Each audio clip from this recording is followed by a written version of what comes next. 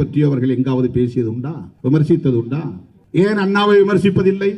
எனக்கு காரணம் தெரியவில்லை. ஆனால் கலைஞர் ஏன் குறிவைக்கப்படுகிறார்? இது ஒரு கேள்வியாக எழுகிறது. கலைஞர் அண்ணாவின் தம்பி, அண்ணா பெரியாரின் பிள்ளை. பெரியார் பேசிய அரசியலைத்தான் அண்ணா பேசினார். புதிதாக அவர் எதையும் சொல்லவில்லை. பெரியாரை பிரதிபலித்தவர் அண்ணா. ஆனால் அண்ணாவின் தமிழ் இனித்தது, அண்ணாவின் தமிழ் ஆழமானது, அண்ணாவின் தமிழ் பெரியாரின் தமிழை விட நயத்தக்கதாக இருந்தது. ஆனால் பெரியார் பேசியதைத்தான் அண்ணா பேசினார். இன்னும் சொல்ல போனால் பெரியார் என்கிற இந்த பேருரு அண்ணாவால் தான் வெளிப்பட்டது. இல்லை என்றால் அது மறைக்கப்பட்டிருக்க கூடும். ஒரு தேசிய கட்சி எம்ஜிஆர் உருவானதால் ஒரு நன்மை உண்டானது. எம்ஜிஆர் கலைஞருக்கு எதிராக விமர்சனம் செய்தார், வெறுப்பு அரசியலை விதைத்தார், அல்லது திராவிட இயக்கத்துக்குள்ளே பார்ப்பனியத்தை ஊடுருவ செய்வதற்கு காரணமாக இருந்தார். ஒரு பார்ப்பன பெண்மணியே ஒரு திராவிட இயக்கத்தின் தலைவராவதற்கு அவர் பாதை வகுத்து தந்தார் என்ற விமர்சனங்கள் ஒருபுறம் இருந்தாலும் ஒரு நன்மை வாய்த்தது என்னவென்றால் தேசிய கட்சிகள் இங்கே காலூன்ற முடியாமல் தடுக்க முடிந்தது. திமுகவா அதிமுகவா என்று 50 ஆண்டுகளுக்கு மேலாக இந்த அரசியல் சுழல நேர்ந்தது. பாமகவின் தொடக்க காலங்களில் நீங்கள் பார்த்தால், அந்த பிரச்சாரங்களை பார்த்தால், கருணாநிதி எதிர்ப்பு என்பதுதான் முதல் கொள்கையாக இருந்தது. எத்தனையோ பல மேடைகளில் எங்கள் சமூகத்தின் முதல் எதிரி கருணாநிதி என்று அவர் பேசியது அன்றைக்கு பெரிய பெரிய கொட்டை எழுத்துக்களில் பேப்பர்களிலே வந்தது, ஏடுகளிலே வந்தது. ஒட்டுமொத்தமாக திமுக எதிர்ப்பு என்பதை விட கருணாநிதி எதிர்ப்பு, கலைஞர் எதிர்ப்பு என்பதே கட்டமைக்கப்பட்டது. அவர் குறிவைக்கப்பட்டு புதுச்சேரியில் தாக்கப்பட்டார், கோட்டூர்புரத்திலே கொலை செய்யக்கூடிய அளவுக்கான தாக்குதலுக்கு ஆளாக்கப்பட்டார் என்பதிலிருந்து நீங்கள் பார்த்தால் கலைஞர் எதிர்ப்பு என்பதுதான் தமிழ்நாட்டு அரசியலின் மிக முக்கியமான ஒரு நிலைப்பாடாக இருக்கிறது. அதற்கு என்ன காரணம்? ராமதாஸ் பேசிய பேச்சை பற்றி அவர் கவலைப்படவில்லை, விமர்சனங்களை பற்றி அவர் கவலைப்படவில்லை, பாமகவின் நிலைப்பாடுகள் பற்றி அவர் கவலைப்படவில்லை.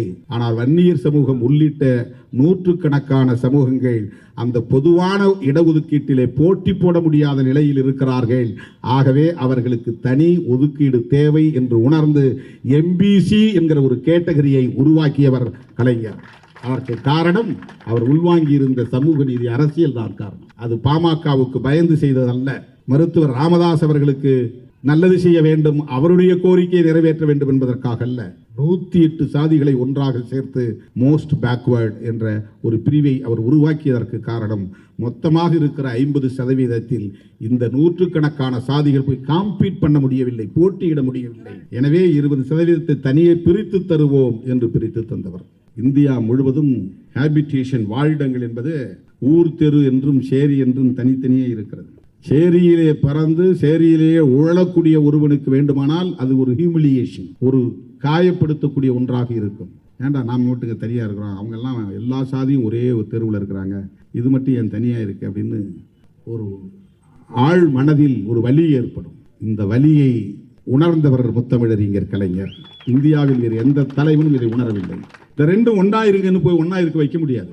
அந்த தெருவுக்குள்ளே போய் பட்டியல் சமூகத்தை சார்ந்தவர்கள்லாம் வீடு வாங்கி கட்டுங்க, அங்கே போய் குடியேறுங்கன்னு சொல்ல முடியாது. நான் ஒரு ஊரை உருவாக்குறேன், அதுக்குள்ள எல்லா சமூகத்தை சார்ந்தவர்களும் வந்து குடியேறுங்கள், அனைவரும் சேர்ந்து வாழக்கூடிய ஒரு வாழிடத்தை உருவாக்க வேண்டும் என்கிற சிந்தை இந்திய மண்ணில் எந்த அரசியல் தலைவருக்கு உருவானது? தயவு கொண்டு எண்ணி பாருங்கள். தமிழ் தேசியம் பேசுகிறவர்கள் இந்திய தேசியத்தை பற்றி எங்காவது ஒரு முறையாவது அவர்கள் விமர்சித்திருக்கிறார்களா? கலைஞர் தெலுங்கர் என்று விமர்சிக்கிறார்கள். கலைஞரின் குடும்பம் தெலுங்கு பாரம்பரியம் உள்ள குடும்பம். தெலுங்கு எதிர்ப்பு தான் தமிழ் தேசியம் என்று இங்கே பேசப்படுகிறது. இது எங்கிருந்து வருகிறது என்றால் அடிப்படையில் கருணாநிதி எதிர்ப்பு என்பதில் இருந்துதான் தொடங்குகிறது. சுய விமர்சனமாக சொல்ல விரும்புகிறேன், நான் தேர்தல் அரசியலில் அடியெடுத்து வைக்காத காலங்களில் நானும் கலைஞரை விமர்சித்திருக்கிறேன். ராமன் எந்த என்ஜினியரிங் கல்லூரியிலே படித்து பட்டம் பெற்றான் என்று கேட்கிற துணிச்சல், அதுதான் போர்க்குணம். அதனால் என்ன பாதிப்பு ஏற்படும் என்பதை பற்றி கவலைப்படாத போர்க்குணம். ஆட்சியை பறிபோனாலும் அதை பற்றி நான் கவலைப்பட மாட்டேன் என்கிற அந்த அஞ்சாமை. அவர் காலமான பிறகும் தமிழ்நாட்டு அரசியலின் மைய புள்ளியாக அவரே இருக்கிறார். தளபதி அதை கையாளுகிறார், அதை எதிர்கொள்கிறார். கலைஞரின் நீட்சியாக தளபதி இந்த களத்திலே நிற்கிறார். தமிழக அரசியலில் கலைஞரை போல கடுமையான எதிர்ப்புக்கு ஆளான ஒரு தலைவர் யாரும் இல்லை என்று தான் சொல்ல வேண்டும். அதனால்தான் இந்த தலைப்பு அவருக்கு பொருந்துகிறது. திராவிட முன்னேற்ற கழகத்தில் பேரறிஞர் அண்ணாவின் தலைமையை ஏற்று களமாடிய பல தலைவர்கள் உண்டு, ஆற்றல் வாய்ந்த பேச்சாளர்கள் உண்டு. ஆற்றல் வாய்ந்த எழுத்தாளர்கள் உண்டு, ஆற்றல் வாய்ந்த சிந்தனையாளர்கள் உண்டு. உங்களுக்கு தெரியாததல்ல, நான் பட்டியலிட தேவையில்லை. தம்பி வா தலைமை ஏற்கவா என்று அழைக்க பெற்ற பெருமைக்குரியவர் நாவலர் நெடுஞ்செழியன். அவருடைய பேச்சை கலைஞர் உள்ளிட்ட தலைவர்கள் அனைவருமே மெச்சி பாராட்டக்கூடிய அளவுக்கான பேச்சாற்றல் வாய்ந்தவர். NV நடராசன், KA மதியழகன், பேராசிரியர் அன்பழகன், பட்டுக்கோட்டை அஞ்சானெஞ்சன் அழகிரி, இப்படி ஒரு பெரிய பட்டியல். ஒவ்வொருவரும் ஒவ்வொரு பேராளுமை என்பதை யாரும் மறுத்துவிட முடியாது. யாரும் யாருக்கும் சளைத்தவர்கள் இல்லை. அண்ணா அவர்களின் பேச்சு ஒரு கோணத்தில் அனைவரையும் மெய்மறக்க செய்யும், மெய் சிலிர்க்க வைக்கும், கவர்ந்து இழுக்கும் என்று நாம் பாராட்டுகிற வேளையில் நாவலர் நெடுஞ்செழியன் எழுந்து பேசினால் அது ஒரு வகையிலே மக்களை மயக்கும். அந்த வரிசையில் கலைஞர் அவர்களும் ஒரு மகத்தான ஆளுமை, பேச்சாற்றலும் எழுத்தாற்றலும் ஒருங்கே இணைந்த ஆளுமை மிக்க ஒரு தலைவர். அண்ணாவுக்கு பிறகு யார் என்ற கேள்வி எழுந்தபோது முறைப்படி நாவலர் நெடுஞ்செழியன் தானே தலைவராக வேண்டும். ஆனால் அமைச்சரவையின் வரிசையிலே 7வது இடத்திலே இருந்த கலைஞர் அந்த தலைமை பொறுப்பை ஏற்கும் சூழல் உருவானது. அதற்கு 2 காரணம். ஒன்று, அவருக்கு இயல்பாகவே இருந்த ஆளுமை திறன், எழுத்தாற்றலும் பேச்சாற்றலும். இன்னொன்று, இலக்கை அடைய வேண்டும், அடைகிற வரை ஓயக்கூடாது என்கிற போர்க்குணம், அந்த போராளிக்குரிய போர்க்குணம். அண்ணாவே அவரை அப்படி மெச்சுவதாக மேடைகளில் நாம் கேட்டிருக்கிறோம். என்னோடு கடைசி வரையில் இருந்து என்னை படுக்க வைத்து விட்டு பிறகு வீட்டுக்கு செல்வார் கருணாநிதி. எப்போது போய் படுப்பார் என்று தெரியாது. ஆனால் விடிவதற்கு முன்பே எழுந்து முரசொலிக்கு கடிதம் தீட்டுவார், பிறகு என்னை வந்து எழுப்புவார் என்று கலைஞரின் ஓயாத உழைப்பை அவர் மெச்சி பாராட்டியதை மேடைகளில் நாம் கேட்டிருக்கிறோம். ஓயாத உழைப்பு என்பது போர்க்குணத்தோடு இணைகிற போதுதான் வெற்றிகரமாக அமையும். இல்லை என்றால் அது விழலுக்கு இறைத்த நீராகிவிடும். எதையும் சாதிக்க வேண்டும் என்கிற போர்க்குணம், பகைவர்களை வீழ்த்த வேண்டும் என்கிற போர்க்குணம்,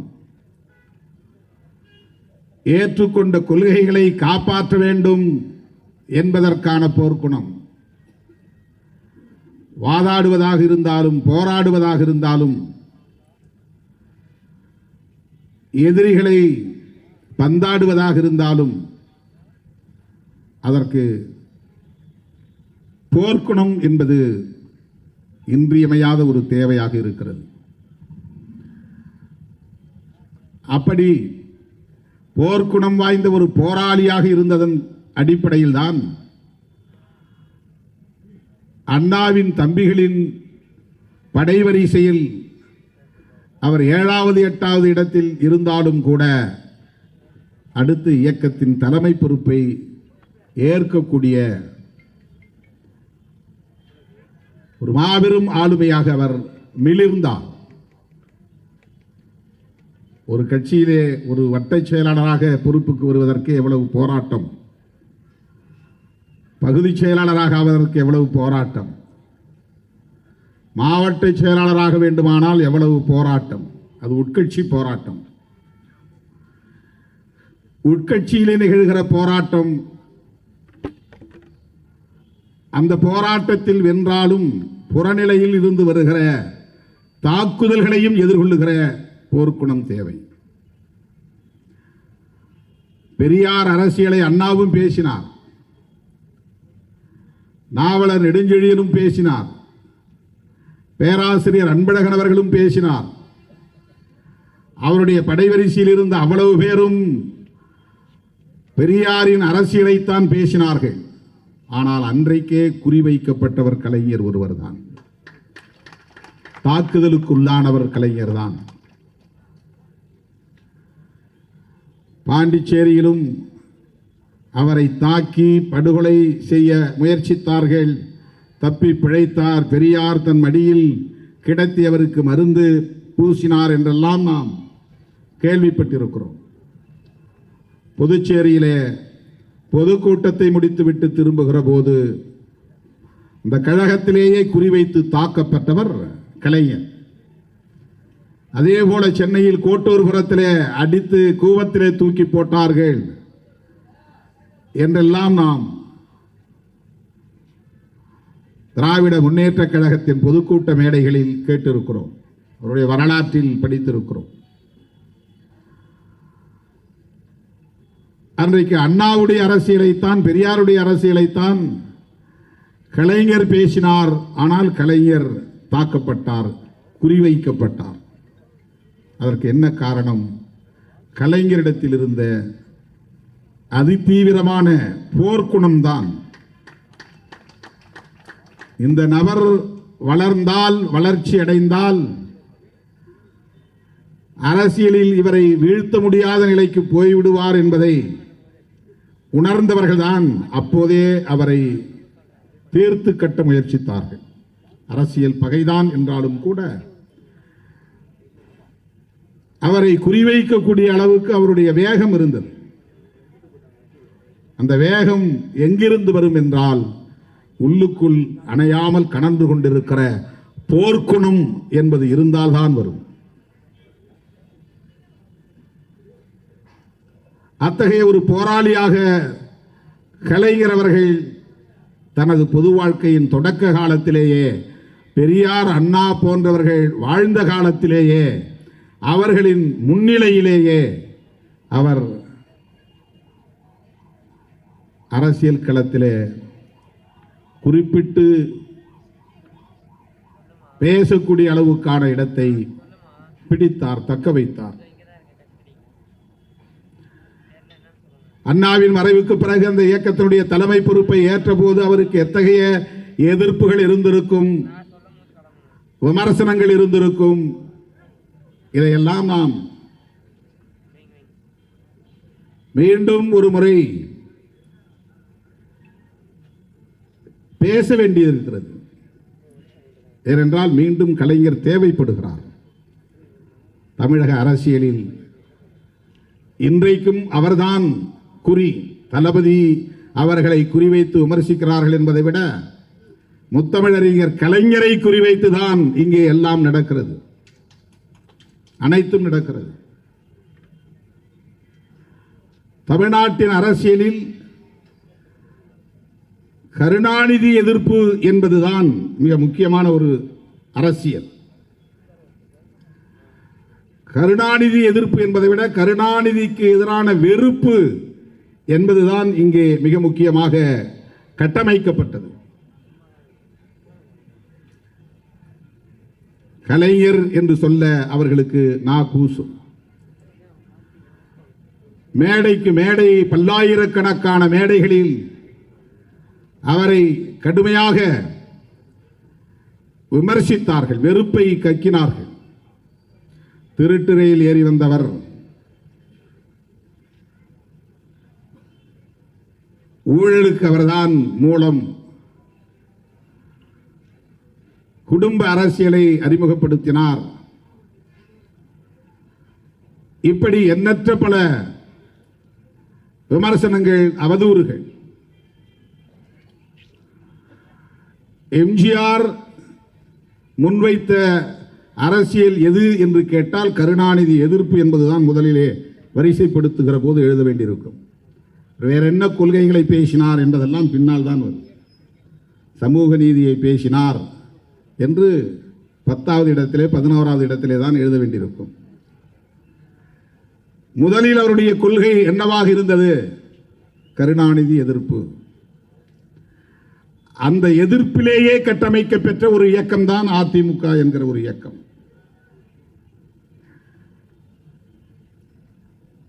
அவரை தேசிய கட்சிகளால் அல்லது பிற சக்திகளால் வெளிப்படையாக சொல்ல வேண்டுமானால் பார்ப்பனிய சக்திகளால் எதிர்கொள்ள முடியவில்லை என்கிற போது திமுகவை உடைத்து ஒரு இயக்கத்தை உருவாக்கி திரைப்படத்தில் மிக பெரும் புகழை பெற்ற ஒரு ஆளுமையை எதிர்ப்புறத்திலே நிறுத்தி கலைஞருக்கு எதிரான வெறுப்பு இங்கே திட்டமிட்டு கட்டி எழுப்பப்பட்டது. கொள்கைகளை பேசுவதை விட கலைஞர் விமர்சனம்தான் அதிகமாக இருக்கும். இந்த கட்சியின் பொதுக்கூட்டங்களில் இன்றைய நாள் வரையில், இந்த நாள் வரையில், அதன் பிறகு தமிழகத்திலே உருவான கட்சி, நாம் ஒரு விமர்சனமாகத்தான் இதை சுய விமர்சனமாக அல்லது அரசியல் புரிதலுக்கான ஒரு விமர்சனமாக நான் முன்வைக்கிறேன். அதன் பிறகு உருவான ஒவ்வொரு அமைப்பும், அது அரசியல் கட்சியாக இருந்தாலும் சரி, வேறு எந்த வடிவத்திலே உருவான அமைப்புகளாக இருந்தாலும் சரி, அத்தனை அமைப்புகளும் கருணாநிதி எதிர்ப்பு என்பதையே முன்னிறுத்தின. நீங்கள் உற்று பார்த்தால், ஆழ்ந்து பார்த்தால், நுட்பமாக பார்த்தால், நுணுக்கி பார்த்தால் எஞ்சுவது கருணாநிதி எதிர்ப்பு என்பதாகத்தான் இருக்கும். எம்ஜிஆர் இறப்புக்கும் கலைஞருக்கும் என்ன சம்பந்தம்? எம்ஜிஆர் இறந்ததும் திரண்டிருந்தவர்கள் அண்ணா சாலையில் இருந்த கலைஞரின் சிலையை இடித்தார்கள். அவருடைய சிலையின் மார்பிலே ஒருவன் கடப்பாறையை கொண்டு குத்துகிற காட்சி படமாக இன்றைக்கு வெளியே வந்தது. எம்ஜிஆர் உடல் நலிவால் உயிரிழந்தார் என்பது உலகத்துக்கே தெரியும். ஆனால் அந்த தொண்டனின் கோபம் கலைஞருக்கு எதிராக இருந்தது, அவருடைய சிலையை தகர்ப்பதிலே இருந்தது. அந்த அளவுக்கான வெறுப்பு, கலைஞருக்கு எதிரான வெறுப்பு. அப்போது கூட கலைஞர், அந்த தம்பி என் முதுகில் குத்தவில்லை, நெஞ்சில் தான் குத்துகிறான், அவனுக்கு என் வாழ்த்துக்கள் என்று தான் சொன்னார். அந்த அளவுக்கான ஒரு சகிப்புத்தன்மை. சகிப்புத்தன்மை என்பதே ஒரு போர்க்குணம் தான். போராளிகளுக்குத்தான் சகிப்புத்தன்மை இருக்கும். கோழைகளுக்கு உடனே ஆத்திரம்தான் வரும். போராளிகளுக்குத்தான் சகிப்புத்தன்மை வரும். பாமக உருவானது, பாமகவின் தொடக்க காலங்களில் நீங்கள் பார்த்தால், அந்த பிரச்சாரங்களை பார்த்தால், கருணாநிதி எதிர்ப்பு என்பதுதான் முதல் கொள்கையாக இருந்தது. எத்தனையோ பல மேடைகளில் எங்கள் சமூகத்தின் முதல் எதிரி கருணாநிதி என்று அவர் பேசியது அன்றைக்கு பெரிய பெரிய கொட்டை எழுத்துக்களில், பேப்பர்களிலே வந்தது, ஏடுகளிலே வந்தது. ஒட்டுமொத்தமாக திமுக எதிர்ப்பு என்பதை விட கருணாநிதி எதிர்ப்பு, கலைஞர் எதிர்ப்பு என்பதே கட்டமைக்கப்பட்டது.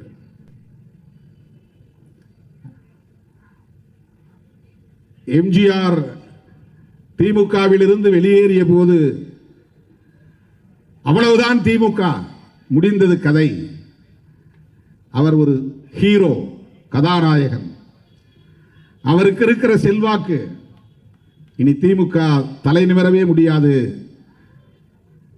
என்று அவருடைய கொள்கை பகைவர்கள் கெக்கெலி கொட்டினார்கள். எங்கு திரும்பினாலும் எம்ஜிஆர் எம்ஜிஆர் எம்ஜிஆர் என்றுதான் 70களுக்கு பின்னால் இருந்தது. ஆனால் கலைஞர் 13 ஆண்டு காலம் அந்த கட்சியை எந்த சக்தியாலும் அழிக்க முடியாது என்கிற வகையிலே கட்டி காப்பாற்றினார் என்றால் எந்த அளவுக்கு அவருடைய போர்க்குணம் வலுவாக இருந்திருக்கிறது என்பதை பார்க்க வேண்டும்.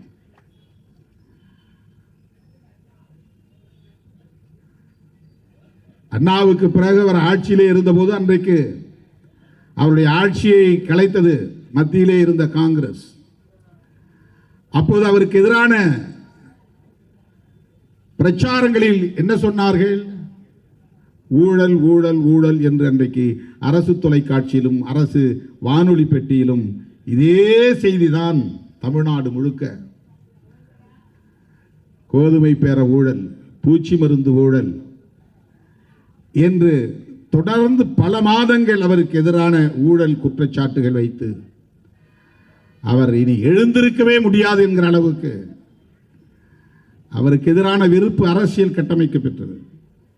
ஆனால் அதை அவரால் மட்டும்தான் எதிர்கொள்ள முடியும் என்று வரலாறு நமக்கு உணர்த்துகிறது.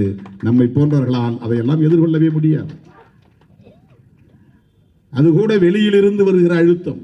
ஆனால் கட்சிக்குள்ளே இருந்து எம்ஜிஆர் வெளியே போகிற போது உடனிருந்த அவ்வளவு பேரும், நம்பிக்கையோடு இருந்த அவ்வளவு பேரும் வெளியேறினார்கள். அந்த நேரத்தில் எந்த அளவுக்கான அழுத்தத்தை, மன அழுத்தத்தை எதிர்கொள்ள வேண்டி இருந்திருக்கும் என்பதை எண்ணி பார்க்க வேண்டும். எவ்வளவு மன உளைச்சல் இருந்திருக்கும் என்பதை எண்ணி பார்க்க வேண்டும். வட்டக்கழகத்தில் நம்மோடு பழகி கொண்டிருப்பவர்கள் திடீரென்று நம்ம விட்டு வெளியேறி போனால் நமக்கு அதுவே ஒரு பதற்றத்தை தரும், கோபத்தை தரும். என்னடா அரசியல் இது என்று ஒரு விரக்தி ஏற்படும்.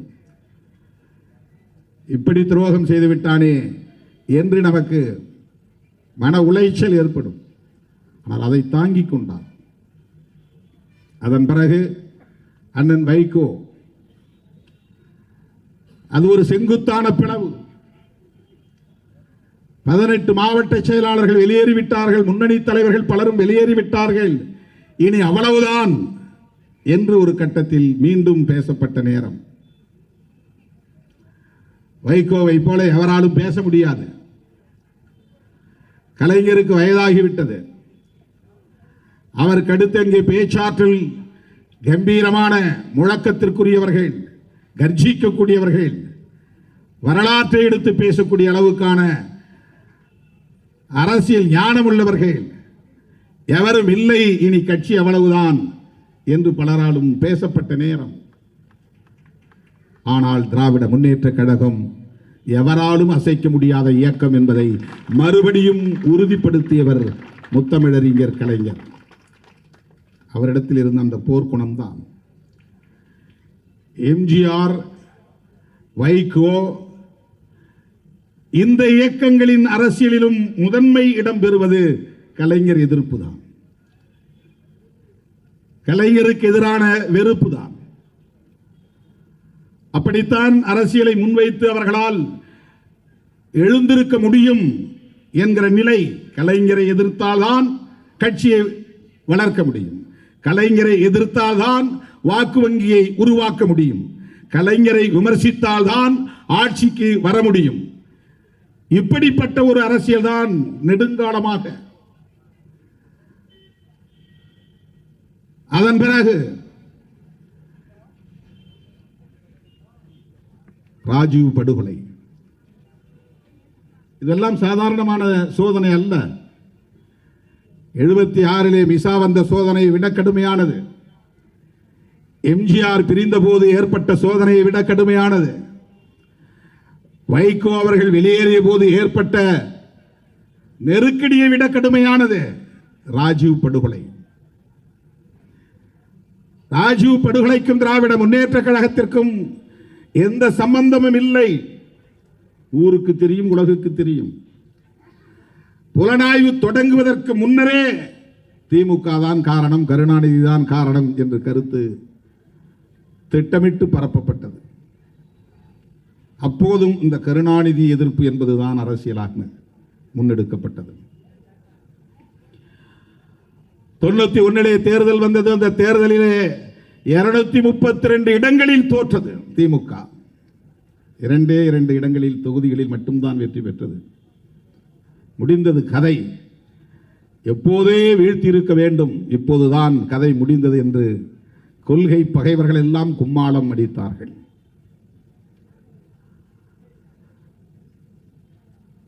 விடுதலை புலிகளுக்கும் திராவிட முன்னேற்ற கழகத்திற்கும் நெருக்கம் இருக்கிறது என்று 89 ஆட்சிக்கு வந்ததும் ஆட்சியை கலைத்தார்கள். அது ஒரு சோதனை. டெல்லியிலே இருந்தவர்கள் புலிகள் இயக்கத்திற்கும் திராவிட முன்னேற்ற கழகத்திற்கும் நெருக்கமான உறவு இருக்கிறது என்ற குற்றச்சாட்டை காட்டி 2.5 ஆண்டுகளில் ஆட்சியை கவிழ்த்தார்கள். அப்போதும் திமுகவுக்கு எதிராக, கலைஞருக்கு எதிராக வெறுப்பு அரசியல் தான் விதைக்கப்பட்டது. கருணாநிதி எதிர்ப்பு, கருணாநிதி எதிர்ப்பு, கருணாநிதி எதிர்ப்பு என்பதே தமிழக அரசியலின் அடிப்படையாக இருந்தது.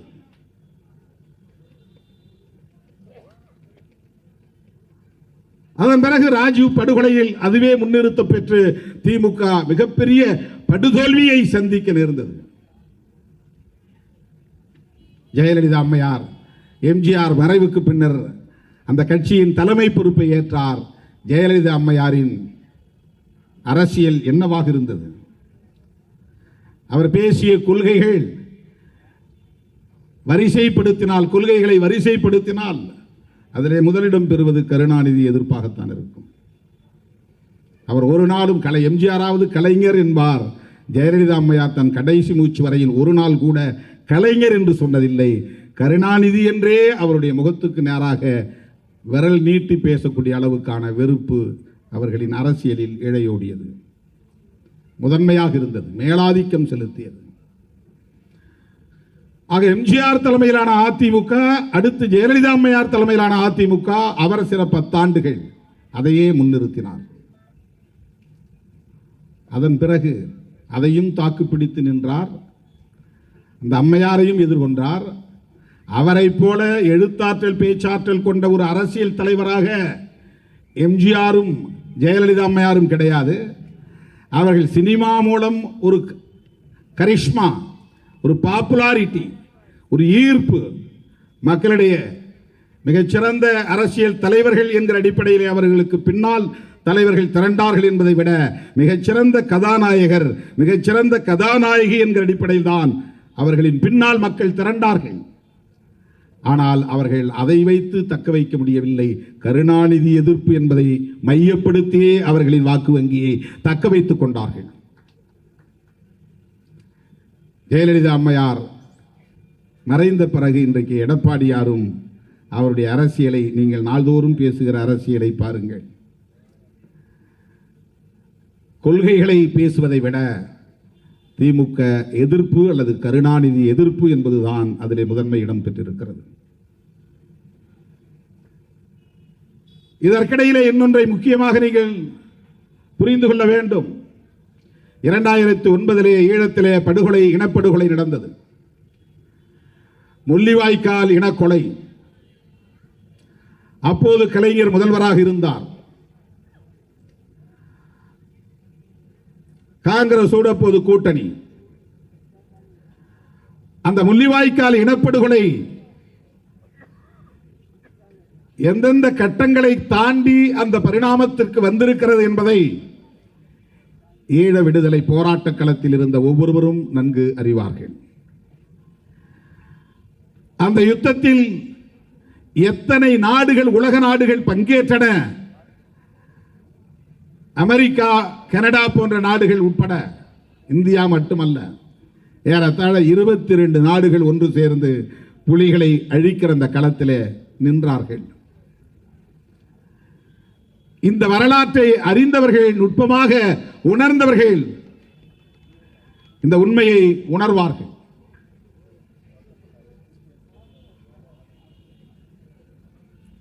ஆனால் அந்த இனக்கொலைக்கும் கருணாநிதியே காரணம் என்றுதான் பரப்பப்பட்டது.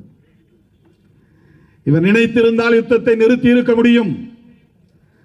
இவர் காங்கிரஸோடு சேர்ந்து கொண்டு இந்த இனக்கொலையை நடத்துவதற்கு இவர்தான் காரணமாக இருந்தார். எப்படி ராஜீவ் படுகொலையை கலைஞருக்கு எதிராக திருப்பினார்களோ அப்படி முள்ளிவாய்க்கால் இனக்கொலையையும் கலைஞருக்கு எதிராக திருப்பினார்கள். அது ஒரு சர்வதேச சிக்கல். உலகத்தில் பல நாடுகளில் புலிகள் இயக்கத்திற்கு தடை விதிக்கப்பட்டன. அதற்கும் கலைஞருக்கும் எந்த சம்பந்தமும் இல்லை. இன்றைக்கும் அந்த தடைகள் நீடிக்கின்றன. இந்தியாவிலும் இருக்கிறது. அதற்கும் திமுகவுக்கும் எந்த தொடர்பும் கிடையாது. ஈழத்தமிழர்களுக்காக ஆட்சியை இழக்கக்கூடிய, ஒரு முறை ஆட்சியை இழக்கக்கூடிய, பறிக்கக்கூடிய சூழல், இன்னொரு முறை படுதோல்வியை சந்திக்கிற சூழல். 91 தமிழ்நாடு முழுவதும் திமுக கொடிக்கம்பங்கள் வெட்டி சாய்க்கப்பட்டன, அலுவலகங்கள் சூறையாடப்பட்டன. திமுக தான் ராஜீவ் படுகொலைக்கு காரணம் என்று திரும்ப திரும்ப பரப்பப்பட்டன. அதை போல இந்த இனக்கொலை நிகழ்ந்த போது உள்ளபடியே நான் அதிர்ந்து போனேன். எப்படி இப்படியெல்லாம் இவர்கள் அரசியல் பேசுகிறார்கள். இன்றைக்கும் புலம்பெயர்ந்த தமிழர்களிடையே கருணாநிதி வெறுப்பு என்பதை ஆழமாக வேரோட செய்து விட்டார்கள். இந்த முள்ளிவாய்க்கால் இனக்கொலைக்கு கலைஞர்தான் காரணம் என்று உலகம் முழுவதும் பரப்பிவிட்டார்கள்.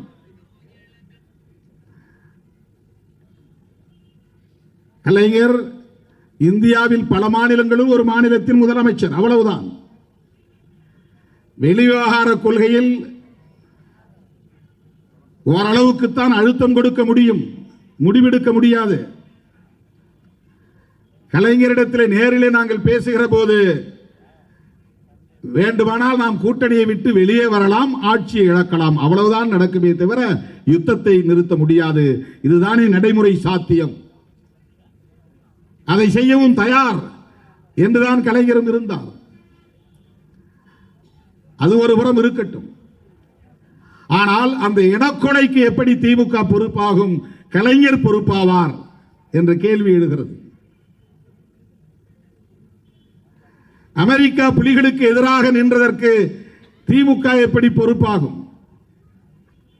இரட்டை கோபுரம் அமெரிக்காவிலே இடிக்கப்பட்டதற்கு பின்னர் அமெரிக்கா மேற்கொண்ட முயற்சிகள், எடுத்த நிலைப்பாடுகள், 20க்கும் மேற்பட்ட பயங்கரவாத இயக்கங்களை அழித்தொழிக்க வேண்டும் என்கிற நிலைப்பாடுகள், அந்த இயக்கங்களின் பட்டியலிலே அல் கொய்தா இயக்கமும் விடுதலை புலிகள் இயக்கமும் இடம்பெற்றது. அது எப்படி? அது யார் இணைத்தது? விடுதலை புலிகள் இயக்கம் அல் கொய்தா இயக்கத்தை போல மக்கள் தொடர்பே இல்லாத ஒரு இயக்கமா? அது ஒரு விடுதலை இயக்கம் இல்லையா? தேசிய இன விடுதலை இயக்கம் இல்லையா? வெகு மக்கள் பங்கேற்கிற இயக்கம் இல்லையா அல் கொய்தா? அப்படியா? அந்த இயக்கங்களின் பட்டியலில், பயங்கரவாத இயக்கங்களின் பட்டியலில் விடுதலை புலிகள் எப்படி இடம்பெற்றது என்பதை பற்றி யாரும் தமிழ் சொந்தங்களுக்கு எடுத்துரைக்கவில்லை. உலக நாடுகள் முழுவதும் விடுதலை புலிகளுக்கு எதிராக தடை எப்படி விதிக்கப்பெற்றன என்பதை புலம்பெயர்ந்த தமிழர்களுக்கோ அல்லது தாயகத்தில் இருக்கிற தமிழர்களுக்கோ யாரும் எடுத்துச் சொல்லவில்லை. எடுத்த எடுப்பிலேயே இந்த இனக்கொலைக்கு கருணாநிதி தான் காரணம், கருணாநிதி தான் காரணம், கருணாநிதி தான் காரணம் என்று அந்த வாய்ப்பை பயன்படுத்தி தமிழ்நாடு முழுவதும் எதிர்பிரச்சாரங்களை மேற்கொண்டார்கள். அவர் தலைவராக பொறுப்பேற்ற காலத்தில் இருந்து அதற்கு முன்பிருந்தே அவர் குறிவைக்கப்பட்டு புதுச்சேரியில் தாக்கப்பட்டார். கோட்டூர்புரத்திலே கொலை செய்யக்கூடிய அளவுக்கான தாக்குதலுக்கு ஆளாக்கப்பட்டார் என்பதிலிருந்து நீங்கள் பார்த்தால் கலைஞர் எதிர்ப்பு என்பதுதான் தமிழ்நாட்டு அரசியலின் மிக முக்கியமான ஒரு நிலைப்பாடாக இருக்கிறது. அதற்கு என்ன காரணம்? தயவு கூர்ந்து எண்ணி பார்க்க வேண்டும். இன்றைக்கு புதிதாக கிளம்பியிருக்கிற பல்வேறு அமைப்புகள், தமிழ் தேசியம் பேசுகிறோம் என்கிற பெயரில் தமிழ் தேசியத்தின் உண்மையான எதிரி யார் என்பதை மக்களுக்கு சொல்லாமல் தமிழ் தேசியத்தின் எதிரியே திமுக தான், கலைஞர் தான் என்று சொல்லக்கூடிய அளவுக்கு, அவருக்கு நினைவு சின்னம் வைத்தால் அதை வந்து உடைப்போம் என்று வெறுப்பை உமிழக்கூடிய அளவுக்கு, இவர்தான் ஊழலுக்கு வித்திட்டவர் என்று திரும்ப திரும்ப பேசுகிறவர்கள் என்றைக்காவது ஒரே ஒரு நாள் எம்ஜிஆர் அவர்களை பற்றியோ அல்லது ஜெயலலிதா அம்மையார் அவர்களை பற்றியோ, ஏன் இன்னும் நான் மிக குறிப்பாக சொல்ல விரும்புகிறேன், கலைஞரின் ஆசான் அண்ணா அவர்களை பற்றியோ அவர்கள் எங்காவது பேசியது உண்டா? விமர்சித்தது உண்டா? ஏன் அண்ணாவை விமர்சிப்பதில்லை? எனக்கு காரணம் தெரியவில்லை. ஆனால் கலைஞர் ஏன் குறிவைக்கப்படுகிறார்? இது ஒரு கேள்வியாக எழுகிறது. கலைஞர் அண்ணாவின் தம்பி, அண்ணா பெரியாரின் பிள்ளை. பெரியார் பேசிய அரசியலைத்தான் அண்ணா பேசினார். புதிதாக அவர் எதையும் சொல்லவில்லை. பெரியாரை பிரதிபலித்தவர் அண்ணா. ஆனால் அண்ணாவின் தமிழ் இனித்தது. அண்ணாவின் தமிழ் ஆழமானது. அண்ணாவின் தமிழ் பெரியாரின் தமிழை விட நயத்தக்கதாக இருந்தது. ஆனால் பெரியார் பேசியதைத்தான் அண்ணா பேசினார். இன்னும் சொல்ல போனால் பெரியார் என்கிற இந்த பேருரு அண்ணாவால் தான் வெளிப்பட்டது. இல்லை என்றால் அது மறைக்கப்பட்டிருக்கக்கூடும். ஒரு தேசிய கட்சி எம்ஜிஆர் உருவானதால் ஒரு நன்மை உண்டானது. எம்ஜிஆர் கலைஞருக்கு எதிராக விமர்சனம் செய்தார், வெறுப்பு அரசியலை விதைத்தார், அல்லது திராவிட இயக்கத்துக்குள்ளே பார்ப்பனியத்தை ஊடுருவ செய்வதற்கு காரணமாக இருந்தார். ஒரு பார்ப்பன பெண்மணியே ஒரு திராவிட இயக்கத்தின் தலைவராவதற்கு அவர் பாதை வகுத்து தந்தார் என்ற விமர்சனங்கள் ஒருபுறம் இருந்தாலும் ஒரு நன்மை வாய்த்தது என்னவென்றால் தேசிய கட்சிகள் இங்கே காலூன்ற முடியாமல் தடுக்க முடிந்தது. திமுகவா அதிமுகவா என்று 50 ஆண்டுகளுக்கு மேலாக இந்த அரசியல் சுழல நேர்ந்தது. இங்கே காங்கிரஸ் வளர முடியாமல் போனது என்பதை விட பிஜேபி காலூன்ற முடியாமல் போனது. அதற்கு மிக முக்கிய இன்னொரு காரணம், பல காரணங்கள் இருந்தாலும் காங்கிரஸ் இங்கே வலிமை பெற்று இருந்திருந்தால் காங்கிரசுக்கு எதிராக பிஜேபி காலூன்றி இருக்கும். ஒரு தேசிய கட்சி இருக்கிற இடத்தில் காங்கிரஸ் எந்த இடத்தில் இருக்கிறதோ அந்த இடத்தில் வேகமாக பிஜேபி வளரும். மாநில கட்சிகளோடு அவர்களை பொருத்தி பார்க்க வாய்ப்பில்லை. தேசிய கட்சிகளோடு தான் மக்கள் பொருத்தி பார்ப்பார்கள். காங்கிரஸ் இங்கே வலிமை பெறாமல் நிறுத்து போனதற்கு அல்லது அது வலிமை குன்றி போனதற்கு எம்ஜிஆரின் எழுச்சி ஒரு காரணம். எம்ஜிஆரா கலைஞரா என்று இருந்த இந்த அரசியல் ஜெயலலிதாவா கலைஞரா என்று மாறியது. ஆனால் எப்போதும் கலைஞர் தான் அங்கே மையப்புள்ளியாக இருக்கிறார், மைய அரசியலாக இருக்கிறார் என்பதுதான் தமிழ்நாடு அரசியல்.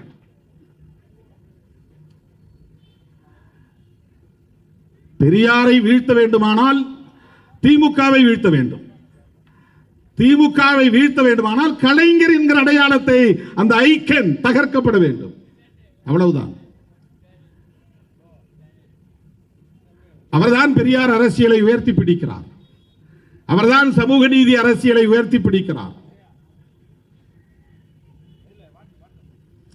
ராமதாஸ் அவர்கள் போராட்டம் நடத்திய போது எம்ஜிஆர் அவர்கள் முதலமைச்சராக இருந்தார்.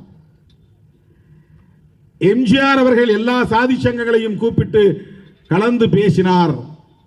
ஆனால் அந்த கோப்புகளை தூக்கி ஓரத்திலே போட்டு விட்டார். யாருக்கும் அப்படியெல்லாம் இடஒதுக்கீடு தர முடியாது. கலைஞர் மீண்டும் 13 ஆண்டுகளுக்கு பிறகு ஆட்சிக்கு வருகிறார். ராமதாஸ் பேசிய பேச்சை பற்றி அவர் கவலைப்படவில்லை, விமர்சனங்களை பற்றி அவர் கவலைப்படவில்லை, பாமகவின் நிலைப்பாடுகள் பற்றி அவர் கவலைப்படவில்லை. ஆனால் வன்னியர் சமூகம் உள்ளிட்ட நூற்றுக்கணக்கான சமூகங்கள் அந்த பொதுவான இடஒதுக்கீட்டிலே போட்டி போட முடியாத நிலையில் இருக்கிறார்கள். ஆகவே அவர்களுக்கு தனி ஒதுக்கீடு தேவை என்று உணர்ந்து எம்பிசி என்கிற ஒரு கேட்டகரியை உருவாக்கியவர் கலைஞர். அதற்கு காரணம் அவர் உள்வாங்கி இருந்த சமூக நீதி அரசியல் தான் காரணம். அது பாமகவுக்கு பயந்து செய்ததல்ல. மருத்துவர் ராமதாஸ் அவர்களுக்கு நல்லது செய்ய வேண்டும், அவருடைய கோரிக்கையை நிறைவேற்ற வேண்டும் என்பதற்காக அல்ல. 108 சாதிகளை ஒன்றாக சேர்த்து மோஸ்ட் பேக்வர்ட் என்ற ஒரு பிரிவை அவர் உருவாக்கியதற்கு காரணம் மொத்தமாக இருக்கிற 50% இந்த நூற்றுக்கணக்கான சாதிகள் போய் காம்பீட் பண்ண முடியவில்லை, போட்டியிட முடியவில்லை.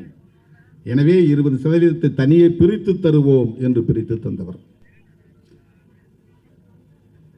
பொருளாதாரத்தை ஒரு அளவுகோலாக கொண்டு எம்ஜிஆர் அவர்கள் எக்கனாமிக்கல் ஜிஓ என்று அறிவித்த போது, ஆணை பிறப்பித்த போது, தமிழர் தலைவர் ஐயா ஆசிரியர் கி வீரமணி அவர்களும் அப்போது தளபதி வீரமணி என்றுதான், கலைஞர் தலைவர் வீரமணி தளபதி என்கிற பொருளில் அவர் தமிழின தலைவர், இவர் தமிழர் தளபதி. இருவரும் சேர்ந்து எம்ஜிஆர் போட்ட அந்த அரசாணையை எரிப்போம் என்ற போராட்டத்தை அறிவித்தார்கள். அதற்கு பிறகு நடந்த நாடாளுமன்ற தேர்தலில் இரட்டை இலை தோல்வியை தழுவியது. 2 இடங்களில் தான். கலைஞர் இருந்தபோதே எல்லோரும் சொல்லுவார்கள், எம்ஜிஆர் இருந்த வரையில் கலைஞரால் இரட்டை இலையை வீழ்த்த முடியவில்லை என்று. இல்லை, கலைஞர் இருந்தபோது, எம்ஜிஆர் இருந்தபோது ஒரு நாடாளுமன்ற பொது தேர்தலில் அதிமுக 2 இடங்களில் தான் வெற்றி பெற்றது. அனைத்து தொகுதிகளிலும் தோல்வியை தழுவியது. இரட்டை இலை எம்ஜிஆர் இருந்த போதே தோல்வியை தழுவியது என்பதற்கு அது ஒரு சான்று. அதன் பிறகு எம்ஜிஆர் 35% இருந்த ஓபிசிக்கான இடஒதுக்கீட்டை 50% உயர்த்தினார்.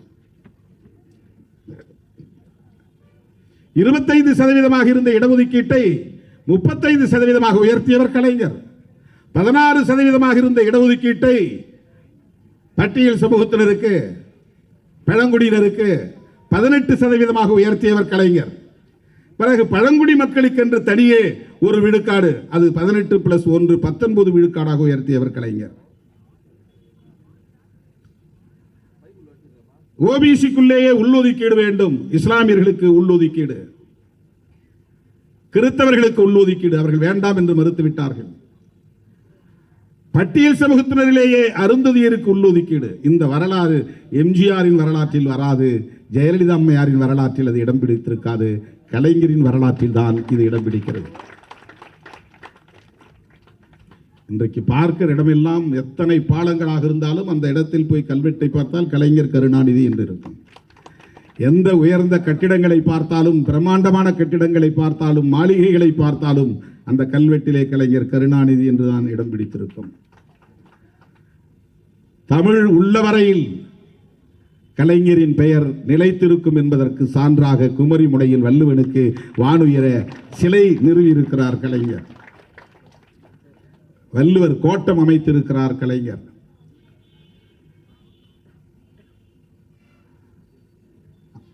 வளர்ச்சி பணிகளில் எவ்வளவு அக்கறை செலுத்தி இருக்கிறார், இதை யாரும் பேசியதில்லை.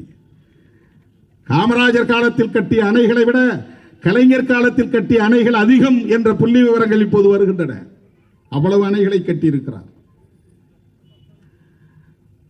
ஐடி தொழில்நுட்பம், இன்ஃபர்மேஷன் டெக்னாலஜி அறிமுகமான காலத்திலேயே அதற்கென்று தனித்துறையை உருவாக்கி தரமணியிலே ஐடி பூங்காவை உருவாக்கியவர் இந்தியாவிலேயே முதல் முறையாக. எந்த மாநிலத்திலும் இல்லாமல் குடிசைகளை மாற்றி அவர்களுக்கு கான்கிரீட் வீடுகளை கட்டித் தருகிற குடிசை மாற்று வாரியத்தை அறிமுகப்படுத்தியவர் கலைஞர்.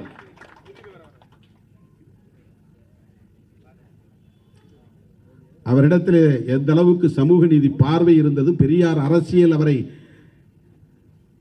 ஆட்கொண்டிருந்தது என்பதற்கு பல சான்றுகளை நம்மால் காட்ட முடியும்.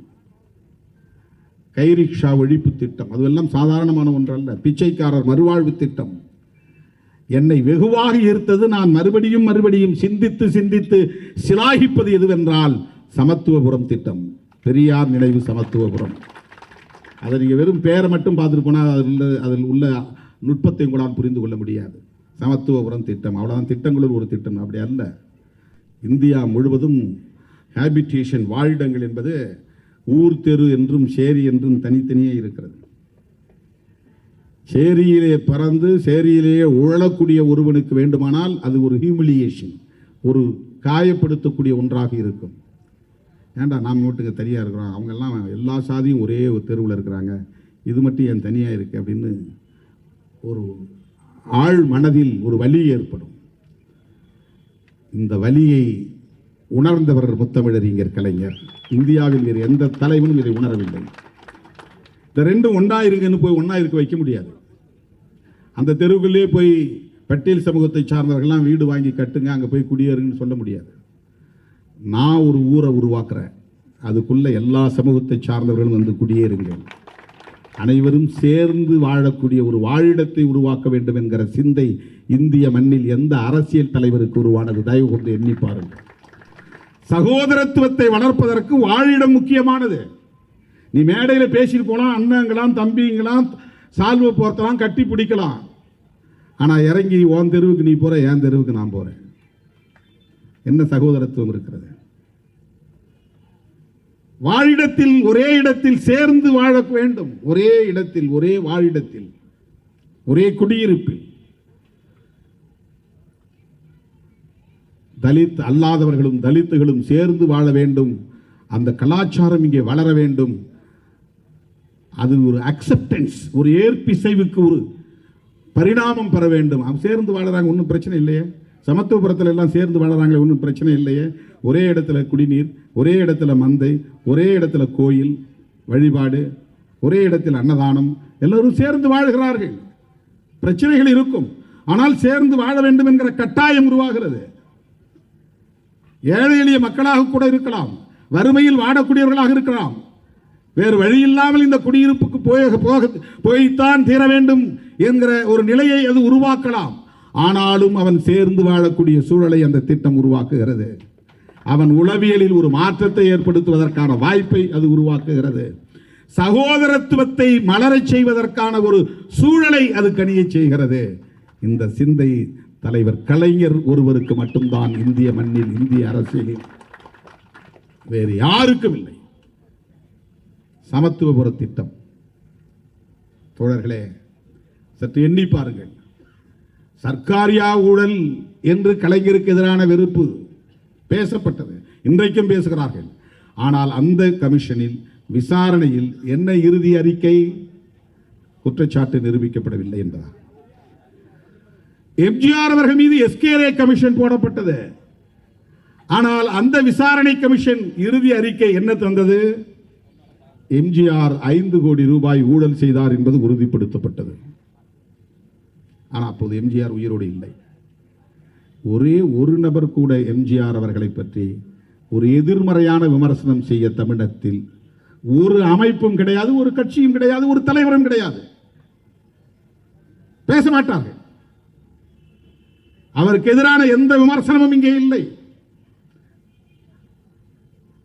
ஜெயலலிதா அம்மையார் குற்றம் இழைத்தார், ஊழல் செய்தார் என்பது உறுதிப்படுத்தப்பட்டு தண்டனையும் வழங்கப்பட்டது. ஆனால் ஒரு நபர் கூட ஜெயலலிதா அம்மையாரை அவர் ஊழல் குற்றவாளி என்று பேச ஆள் இல்லை, விமர்சிக்க ஆள் இல்லை, அந்த இயக்கத்தை விமர்சிக்க ஆள் கிடையாது. ஆனால் இன்றைக்கும் கலைஞர் எதிர்ப்பு, திமுக எதிர்ப்பு, கருணாநிதி எதிர்ப்பு என்றுதான் அதை நாம் பதிவு செய்ய வேண்டும். விமர்சனங்கள். தேமுதிக உருவான போது கூட விஜயகாந்த் அவர்கள் யாரை எதிரியாக நிறுத்தினார்? யாருக்கு எதிரான அரசியலை பேசினார்? இன்றைக்கு சமூக ஊடகங்களை பார்த்தால் அதிகமான வெறுப்பு யாருக்கு எதிராக இங்கே திணிக்கப்படுகிறது? இந்த இந்துக்களுக்கு எதிராக பாரதிய ஜனதா அரசு எவ்வளவு பாழாய் போன பல திட்டங்களை அறிமுகப்படுத்துகிறார்கள். ஐஐடியிலே சேருவதற்கு JEE என்கிற தேர்வு எழுதிதான் ஒரு மாணவன் சேர முடியும். ஆனால் இவர்கள் கொல்லைப்புற வழியாக பார்ப்பன சமூகங்களை சார்ந்த பிள்ளைகளை சேர்ப்பதற்கு திட்டம் கொண்டு வந்திருக்கிறார்கள். சேதுபந்த வித்வான் யோஜனா என்ற ஒரு திட்டம். யார் அதை விமர்சிக்கிறார்கள்? சமஸ்கிருதமே உயர்ந்த மொழி, அனைத்து மொழிகளும் அதிலிருந்துதான் உருவானது என்று மோகன் பகவத் போன்றவர்கள் வெளிப்படையாக பேசுகிறார்கள். யார் அவர்களை எதிர்க்கிறார்கள்? தேசிய கல்விக் கொள்கை மூலம் பிள்ளைகளை பாதியிலே இடைநிறுத்தம் செய்வதற்கான வழிமுறைகளை கண்டறிந்திருக்கிறார்கள். யார் அவர்களை விமர்சிக்கிறார்கள்? தேசிய கல்விக் கொள்கையை எதிர்த்து யார் விமர்சிக்கிறார்கள்? தமிழ்நாட்டில் தமிழ் தேசியம் பேசுகிறவர்கள் இந்திய தேசியத்தை பற்றி எங்காவது ஒரு முறையாவது அவர்கள் விமர்சித்திருக்கிறார்களா? கலைஞர் தெலுங்கர் என்று விமர்சிக்கிறார்கள். கலைஞரின் குடும்பம் தெலுங்கு பாரம்பரியம் உள்ள குடும்பம். தெலுங்கு எதிர்ப்பு தான் தமிழ் தேசியம் என்று இங்கே பேசப்படுகிறது. இது எங்கிருந்து வருகிறது என்றால் அடிப்படையில் கருணாநிதி எதிர்ப்பு என்பதில் இருந்துதான் தொடங்குகிறது. சுய விமர்சனமாக சொல்ல விரும்புகிறேன். நான் தேர்தல் அரசியலில் அடியெடுத்து வைக்காத காலங்களில் நானும் கலைஞரை விமர்சித்திருக்கிறேன். என்னையும் அந்த நோய் தொற்றி இருக்கிறது. அண்ணனும் சொல்லுகிறார் நானும் பேசியிருக்கிறேன் என்று. தமிழ்நாட்டு அரசியலில் கருணாநிதி எதிர்ப்பு என்பது ஒரு தொற்று நோயாகவே பரவி வருகிறது, பரப்பப்பட்டிருக்கிறது. அவருடைய இன்னொரு ஆளுமையை, அவருடைய ஆக்கப்பூர்வமான ஆளுமையை, அவருடைய வளர்ச்சி பணிகளை இன்றைக்கு நாம் காணுகிற தமிழகத்தை செதுக்கிய அந்த ஆற்றலை யாரும் பேசுவதில்லை. நான் மிகவும் அதிர்ந்தது முள்ளிவாய்க்கால் இனக்கொலையின் போது கலைஞரின் மீது போடப்பட்ட பழிதான். மருத்துவமனையில் உண்மையிலேயே தண்டுபட அறுவை சிகிச்சைக்காக படுத்திருக்கிறார்.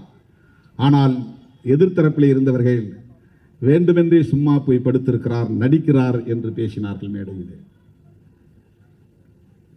தோழர்களே, இதையெல்லாம் நீங்கள் கூட்டி கழித்து பார்த்தால் நான் மேடைக்காக பேசுவது போல் உங்களுக்கு தோன்றுமில்லை. திமுக கூட்டணியில் இருப்பதால் பேசுகிறேன் என்பதை போல் தோன்றுமில்லை. இதை நானே எனக்குள் திரும்ப திரும்ப யோசித்து பார்க்கிறேன். ஒரு ஆய்வாக நான் செய்து பார்க்கிறேன். கருணாநிதி எதிர்ப்பு என்பது ஏன் இந்த அளவுக்கு இந்த மண்ணிலே நிலைநாட்டப்பட்டிருக்கிறது என்றால், அவர் உள்வாங்கி இருக்கிற அரசியல் விளிம்பு நிலை மக்களுக்கானது, எளிய மக்களுக்கானது, கடைநிலையில் கிடக்கிற மக்களுக்கான ஒரு அரசியல். இரண்டாவது, அவரிடத்தில் இருந்த அந்த நிலையான போர்க்குணம்.